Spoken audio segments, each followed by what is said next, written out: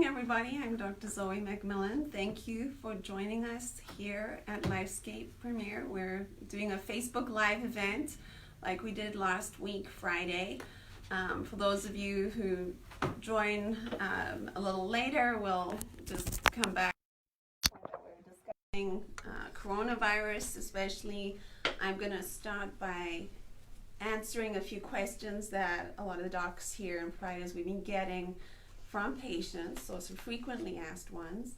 And then we'll also be taking your questions live as well as answering some that have just come in within the last day.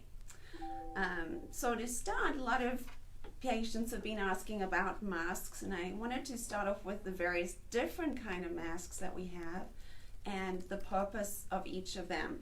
I have here some different ones. One is the N95 mask. So this is the respirator mask that you'll see people wearing in the hospital. Healthcare providers should be wearing this whenever they're around people who could be having procedures which aerosolize the coronavirus, be it from having a nebulization, a swab that makes you cough, sneeze, things like that. So these filter out 95% of particles. So that's why these are for the healthcare workers especially. The general public should not need to use these, hence we're asking please donate these. We will accept donations as well. We are in need of them. Then the other kind of mask that you'll see and what we're going to be wearing around the office more is the surgical mask.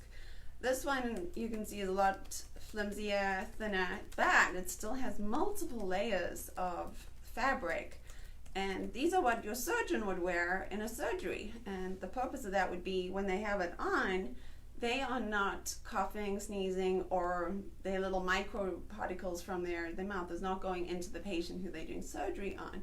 So these are excellent at helping prevent spread, maybe less so effective at preventing someone from getting sick from somebody else. We also have cloth masks. I have an example of one here. This is really quite thin. You can actually see light going through it, and of course people are sewing different ones, and you can make them thicker, and I would probably say thicker is better using a tighter weave fabric.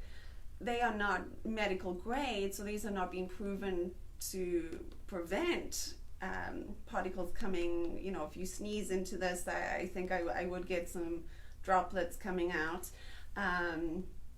So not proven, but still probably better than nothing, because it's going to help prevent the little bit of droplet spread when you cough, sneeze. Even now when I'm talking, there are small particles coming out of my mouth, and if I had the virus and didn't know it, I could be spreading it. Just everyone else around me, we're being safe here. So the other concern is when you are wearing a cloth mask, how are you taking it on, off? What are you doing with it? When we put on a cloth mask, you're pretty good at not touching your face, but then we have a tendency to want to scratch.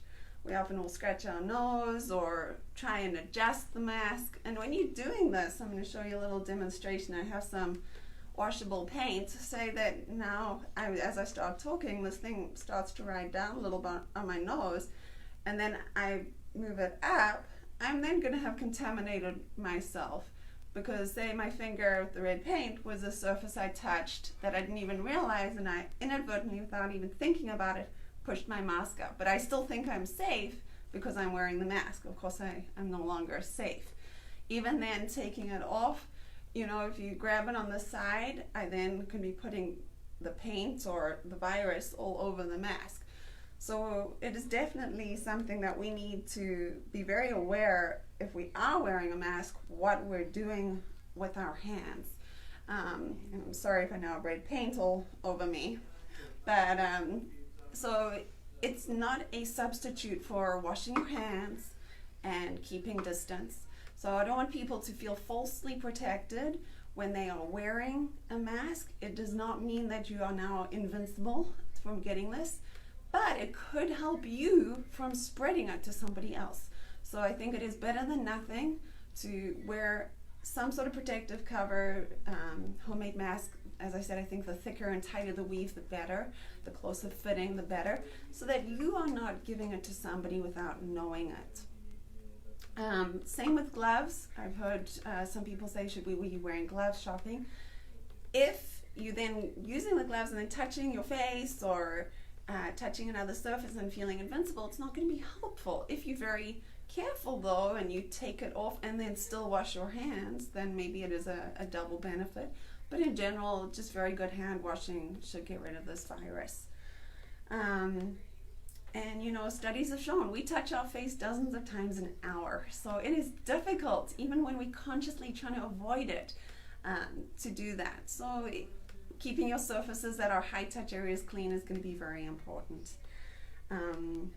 And of course, there have been discussions of what can you add to a cloth mask to make it more effective, be it, I've seen people using vacuum cleaner filters, even feminine hygiene products, and maybe, you know, we'll start getting some more evidence as to how we can make these more effective at actually protecting us.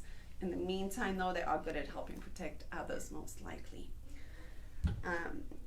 We also have had some questions about when do we know when we are over COVID. For example, if you came down with what was likely COVID, your symptoms were consistent with it, you are likely to not get tested unless you're sick enough to be in the hospital setting. Right now in Arizona, primary care offices have been asked to not do very frequent testing just because we are very limited on our test numbers and our capabilities here right now. That may change in the future, but as of now, we're not doing additional testing.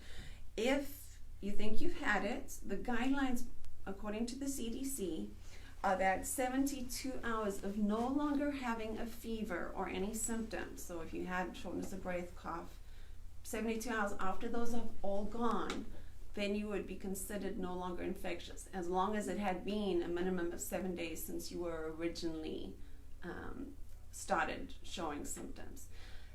I am not sure of the evidence behind this, unfortunately, so it is a little unclear. There are some studies that have shown this virus can, you know, its RNA is present on surfaces, you know, a few weeks after it had been there. It is not clear, is that RNA actually infectious viral particles or not? So we're probably not going to have that answer for a little while. It's going to take us more time studying this before we can get some exact numbers of how long this really, how long you are infectious for. But a good rule of thumb would be that 72 hours after all symptoms have stopped and at least 7 days after they began.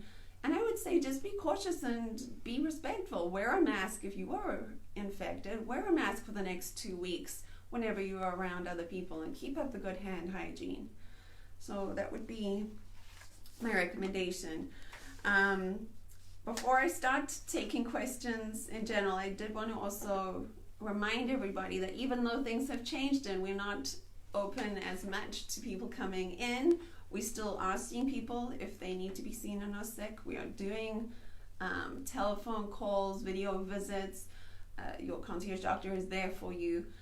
And same goes with Dana. Dana is our incredible nutritionist who has been helping people remotely as well. She just did a consult with a patient this morning already. So please, I recommend you use us during this time to optimize your health, because that's actually the best thing you can do to help yourself if you do get this. It's optimize your health, be it with nutrition, be it with helping prevent chronic conditions. So if you are tending towards a picture of developing diabetes or hypertension, or you already have these conditions, let's get you optimized so that if, heaven forbid, you did get COVID, you would have a much better chance of being able to handle it very well and not be at a higher risk for developing complications. So reach out to Dana, reach out to us. We are still accepting new patients and helping patients, especially at this time where people may feel alone.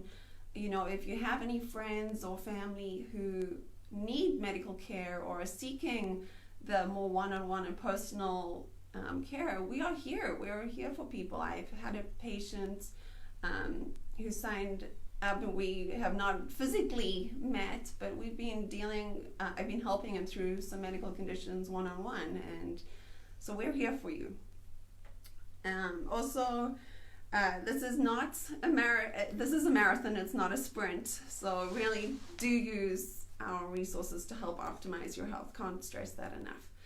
Okay, so now I'm going to answer some questions that we have already got coming in. Dana, let me know, what's the first one? Sure. The first one says, is it worrisome that some patients test positive twice for COVID-19 or have a recurrence of it after having recovered a time before? So that is interesting, and there probably need to be more studies, but what we are thinking likely happens is that the person was always positive, so they had that initial test, then a test sometime after, and maybe that sometime after test was negative, and then a test a few days later was positive. This could be that initial middle test was a false negative. That is something that a lot of these tests, because of its poor sensitivity, we're getting a lot of false negatives. So I think that is more likely than the case of someone is reinfected. The studies are tending to show no, it is not reinfection. Now, in 3 years' time, you could probably be reinfected. It seems like our antibodies and our protection against it, once you've had it, does wane with time. And again, we don't know how long that is. Is it months? Is it years? But it's likely that we would be protected for at least a few months if you have had it. So I think that is more that middle test was a false negative than a true negative. Okay. Last week we chatted about leaving articles in the sun to help eradicate the COVID from them. What is the duration of time required for the item to be in the sun, and is it direct sunlight? Again, I don't think anyone's studied this yet, so we won't know an exact time frame. I would say probably a day in the sun would be my best guess. I don't know if anyone really knows the answer to this. Probably direct sunlight, you guaranteed UV light, but even on cloudy days we still have UV radiation, hence why we say put on your sunscreen even if it's cloudy, because you could still burn. So I would say probably leaving it out a day. If you want to be really cautious, leaving something out 2 days. But we won't know the exact answer to that right now. Is it important to go have the test done to see if we already have antibodies? Do you think or know of cases in November, December of this past year here in Arizona? And we are very lucky here at LifeScape to now have a antibody test that our patients are able to get to see if they are having an active infection or that the infection is resolved and they are now immune. We've just started this. It is a lot more sensitive and specific than the nasal swab. So we are definitely offering it to people. The big thing is that we would still say, even if you were immune, please practice safe, social distancing, hand washing, all of those things anyway. So I don't think that would change how you're going to behave. I think it might make you feel reassured if you said, I was really sick 3 weeks ago and I think I had it, and then, if you get the test back and it shows you are immune, maybe you did have it. We don't know, though, if everyone should get it at this point. Maybe in the future we are all going to end up getting it to see have we been exposed, have we ultimately developed herd immunity, which takes a very long time to get to, but that may be in the future. And I'm sorry, did I miss part of the question? No. I think this person was asking how imperative is it to go, should everybody come in and get this antibody test? I would say if you're curious to know if you have had an asymptomatic infection, come and get it. We should have a process developing that we will email to all our clients about how to do it. because we know, we don't want everyone coming in right at the same time. We're going to be developing a process that we can get lab done at somebody's home, so a mobile lab unit. If you're not comfortable coming into the office, we are taking very good precautions in the office, and definitely trying to limit how many people are here at one time. So we will be developing that process and reach out to you within the next few days about how to do that. So I would say if you can do it, yes, it is good to check and know what your status is at this point. If you are showing symptoms and you think you may have the virus, is there something you should do immediately that can keep the virus from significantly progressing?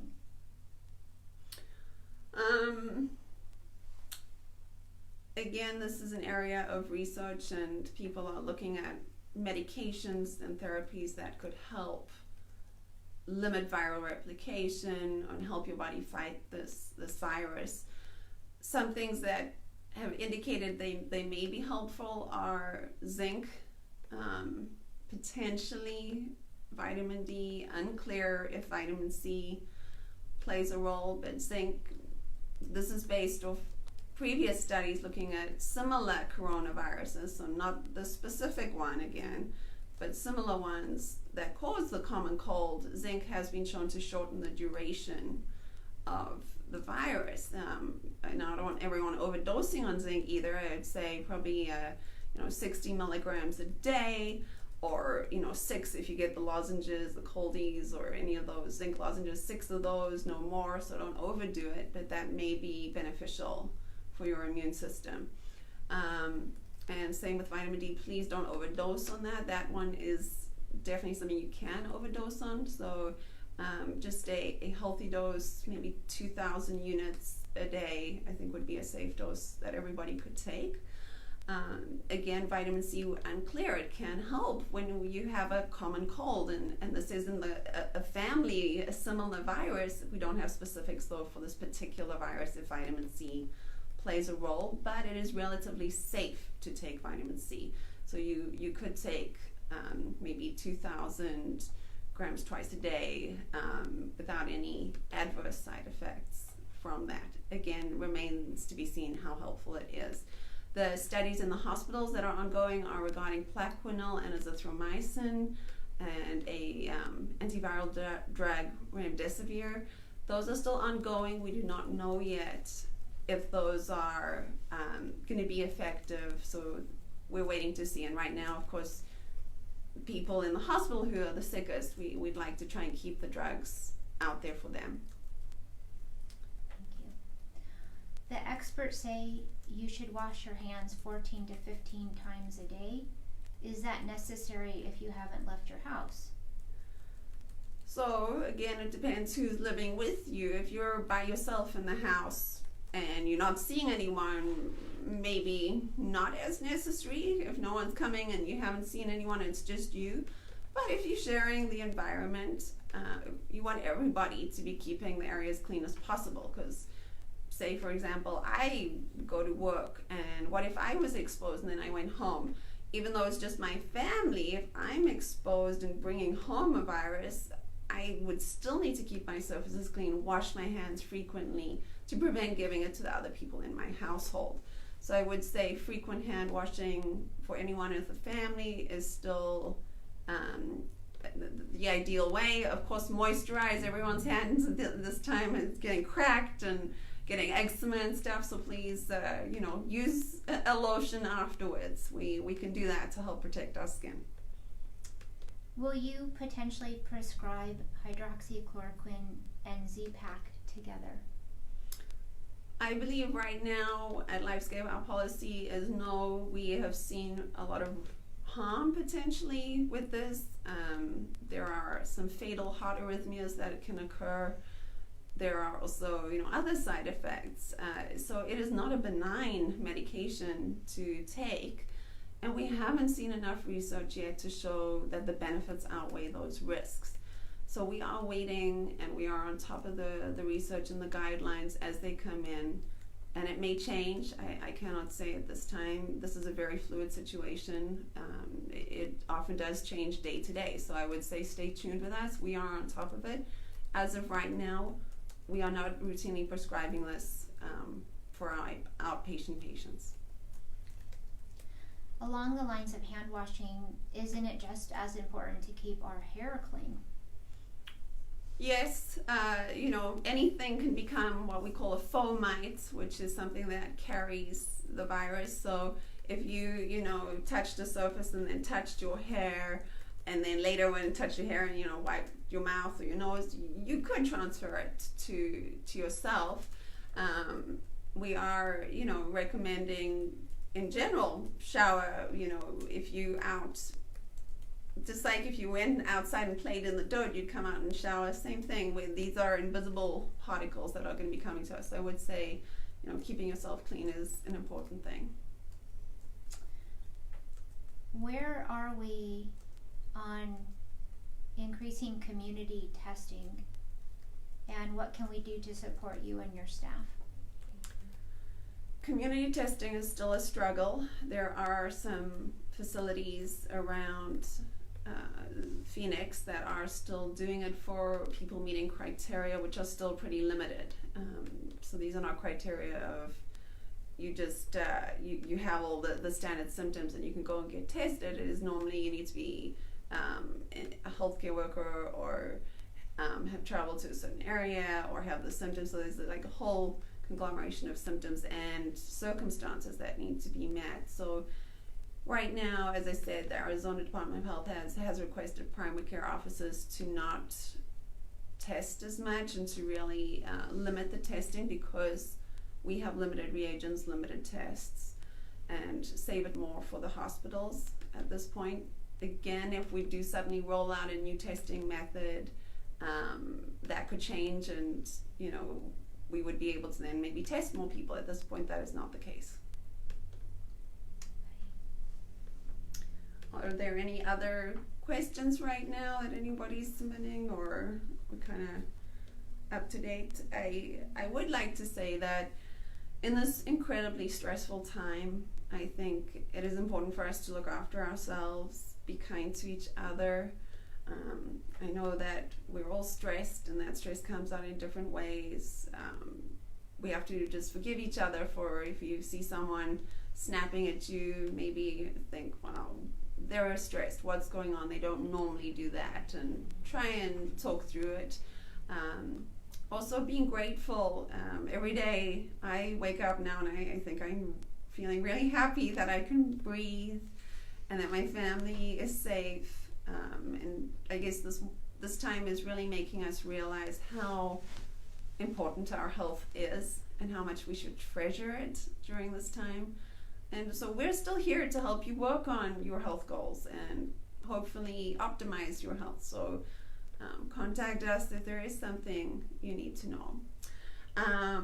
The other thing is maybe do something to give back. I watched a iHeart concert the other night, and it was really uplifting seeing musicians in their apartments and homes from around the country performing, and it was all funding the Feeding America and first responder funds. And so do something maybe to give back, be it supporting a food bank by donating some money, be it writing a little note for the grocery store stock person who is working and also scared about their chances of catching this. So just being kind and nice to each other, I think, is really gonna help. Even paying it forward. If you are someone who's going to the Starbucks drive-through line, I still remember from years ago when somebody bought my cup of coffee and I was very shocked. I didn't know that they'd done that, and then I bought the person behind me, and it was just a nice gesture that made us all feel like we're in a community and getting through this. So, we all get it's difficult and there's a lot of stress and uncertainty, but really if we can try and stick together, call a friend that you haven't spoken to for a while, and look after yourself in this time. would like to end on unless there are any questions. If there are any, I can, there are, okay, yeah. Just some short ones. All right. Can we still go for a walk? Yes, take this opportunity to gather outside right now. I would say practice physical distancing, and if you see somebody approaching you on the sidewalk, either stop, keep that 6-foot distance, let them pass, and then you keep on walking, and just respect each other's distances at this time. But yeah, go enjoy the outside, stay active as much as you can. Is it safe to bring home fresh cut flowers from the grocery store? Again, anything could carry the virus, or somebody went and coughed into the flowers and then you go and touch the flowers and then touch your mouth, potentially you could get it that way. I would say, if you take the flowers in, clip them, put them in the vase, then wash your hands very well and let them be, you're going to be fine because you're no longer touching them. What happened to the rapid test that was supposed to have been released on Wednesday by Abbott? Are they being used, and how? We have not seen this test yet, as far as I know. I think hospitals have some availability. Okay, so there's some hospitals that have access to it. We in outpatient do not have that yet. Again, we are monitoring this, and I know Dr. Wilder is very good at getting us the latest stuff that is out there. So we're in touch with the community, and we'll let you know as soon as we are able to get that test.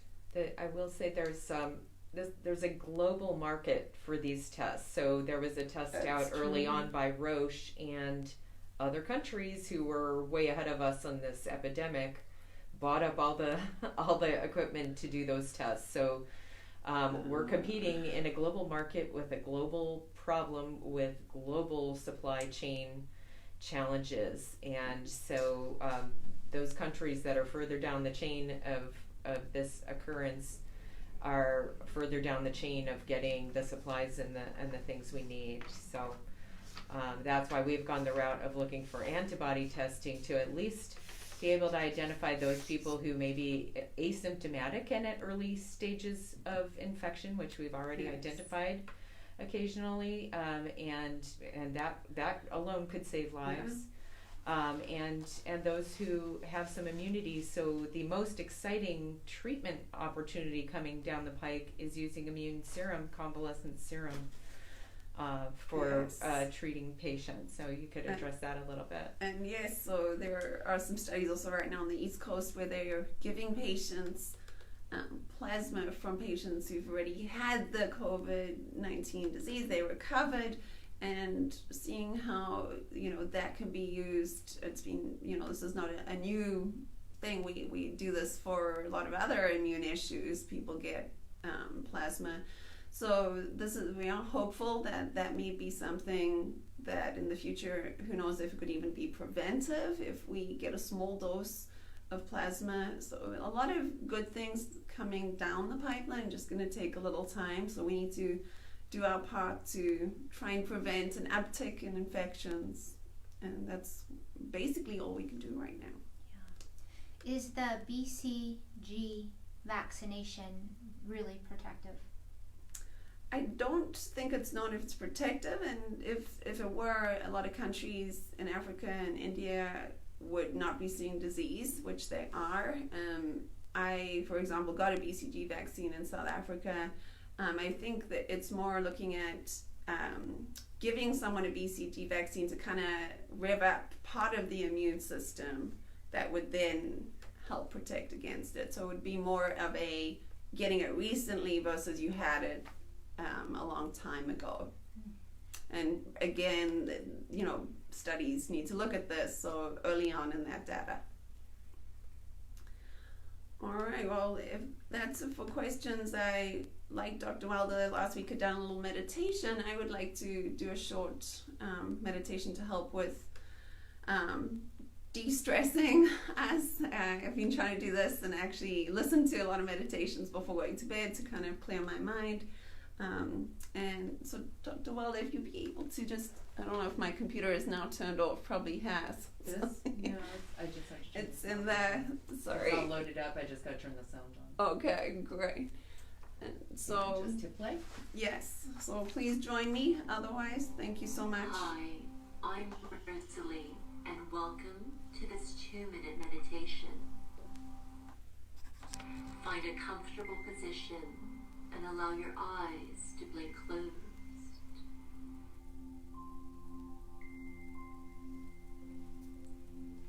Take a deep breath in and let it go with a sigh. And again, deep breath in and sigh it out. Breathing in again. And as you exhale, let go of any worries, any concerns, any niggling thoughts. With every exhale, allowing any tension to melt away from your shoulders, your neck, your jaw. Just for this moment, letting go of any worries, any concerns, knowing that you can always come back and take care of these later. Now settle into the space of ease and comfort, where there's nothing to do except to relax and enjoy this feeling.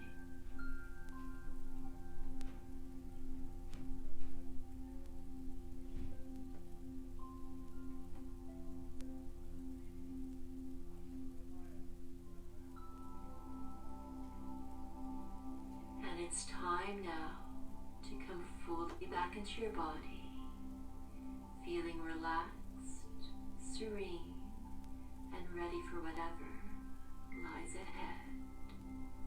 Namaste. Okay. Thank you so much, everybody. Hope you have a good day. Till next week.